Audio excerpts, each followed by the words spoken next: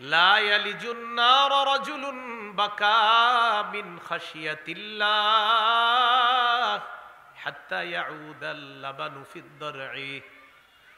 নবীজি বলেন, উলান থেকে দুধ বের হওয়ার পর এই দুধ উলানে ফিরে যাওয়া যেমন অসম্ভব, কোন ব্যক্তি যদি আল্লাহর ভয়ে কান্না করে এই ব্যক্তির জাহান্নামে যাওয়া অসম্ভব। উলান থেকে দুধ বের হয়েছে, এটা কি আর ফেরানো যাবে? আল্লাহর ভয়ে কান্না করলে সেও জাহান্নামে প্রবেশ করবে না। আল্লাহর ভয়ে আল্লাহ আমাদেরকে কান্না করার তৌফিক দান করেন।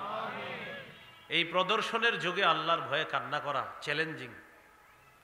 কি বললাম? প্রদর্শনের যুগে আল্লাহর ভয়ে কান্না করতে পারাটা চ্যালেঞ্জিং বিষয়। এত সহজ না কান্না আসা।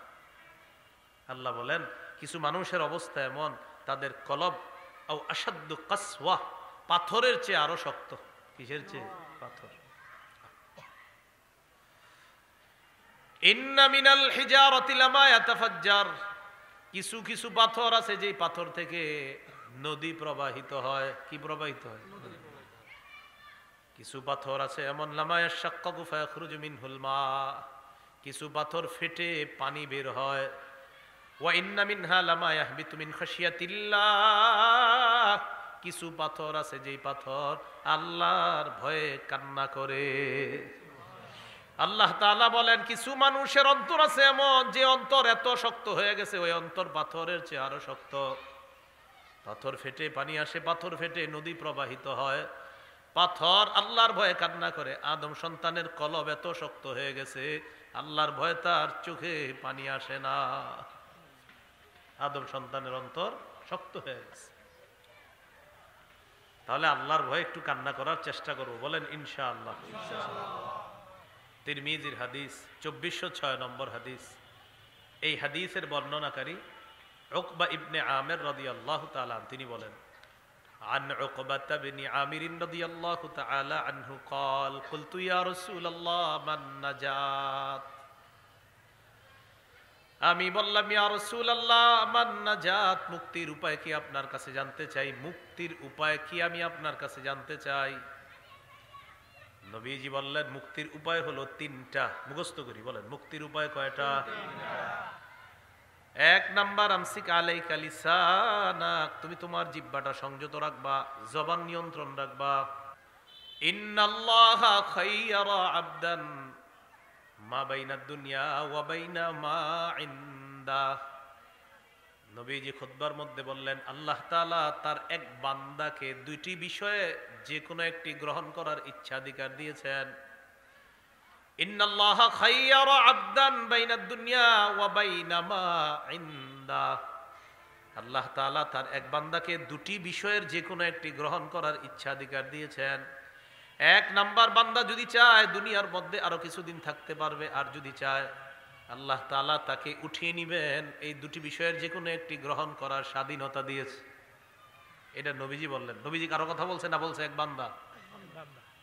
ফাবাকা আবু বকর রাদিয়াল্লাহু তাআলা আন, আবু বকর সিদ্দিক কান্না করা শুরু করছে। হাদিসের বর্ণনাকারী আবু সাঈদ খুদরি রাদিয়াল্লাহু তাআলা আনহু বলেন, আমি মনে মনে বললাম, মা ইউকি হাদা শাইখা, নবীজি বলছে এক বান্দা আল্লাহ তাআলা তাকে ইচ্ছাধিকার দিয়েছেন দুনিয়া আর আল্লাহর কাছে যা আছে দুইটার যে কোনো একটা গ্রহণ করার ইচ্ছাধিকার দিয়েছেন, এতে কান্নার কি আছে? তিনি কেন কান্না করতেছেন? মানে আবু বকর সিদ্দিক কাঁদতেছে, তো আবু সাঈদ খুদরি বলেন, আমি মনে মনে বলতেছি, আচ্ছা উনি কান্না কারো কেন?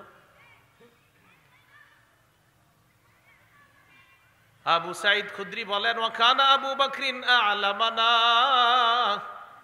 আবু বকর সিদ্দিক রাদিয়াল্লাহু তাআলা আনহু হলেন আমাদের মধ্যে সবচাইতে বড় আলেম। সুবহানাল্লাহ। জিজ্ঞাসা করা হলো, আবু বকর আপনি কান্না করেন কেন? হাদিসের ব্যাখ্যা দ্বারা বোঝা যায়, আল্লাহ তাআলা যে বলছে এক বান্দাকে আল্লাহ ইচ্ছাধিকার দিয়েছেন, এই বান্দা আর অন্য কেউ না। ফাকানা রাসূলুল্লাহ সাল্লাল্লাহু আলাইহি ওয়াসাল্লাম হুয়াল আবদা, এই বান্দা হলেন আল্লাহর রাসূল। নবী আর আমাদের মাঝে বেশি দিন থাকবে না। আল্লাহর নবী আল্লাহর কাছে থাকাটাই গ্রহণ করে নিয়েছে, এর মানে নবী আর বেশি দিন থাকবে না। এই জন্য আমি আবু বকর নবীকে হারাবো এই কথা ভেবেই আমি কান্না করতেছি। নবী বেশি দিন থাকবে না। আল্লাহ যে বলছে এক বান্দা, নবী যে বলছে এক বান্দাকে গ্রহণ করার ইচ্ছাধিকার দিয়েছে, বান্দা অন্য কেউ না, সেটা রাসূলুল্লাহ সাল্লাল্লাহু আলাইহি সাল্লাম। নবী আমাদের মাঝে আর থাকবে না, এটা চিন্তা করে আবু বকর সিদ্দিক রাদিয়াল্লাহু তাআলা কান্না করা শুরু করলেন যে এটা আল্লাহ রসুল বেশি দিন আর থাকবে না। এটা হলো দয়ার কান্না, এটা হলো মায়ার কান্না। আরেকটা কান্না আছে বুকাউল খৌফ, ভয়ের কান্না। বলেন কিসের কান্না? ভয়ের কান্না। এই ব্যাপারে কয়েকটা দৃষ্টান্ত আমরা দেখি। নাসাইর বর্ণনা, হাদিসের কিতাব।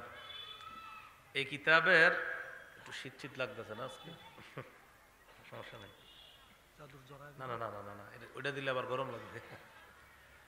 নাসাইর বর্ণনা 3108 নম্বর হাদিস। এই হাদিসের মধ্যে আছে عن أبي هريرة رضي الله تعالى عنه عن النبي صلى الله عليه وسلم قال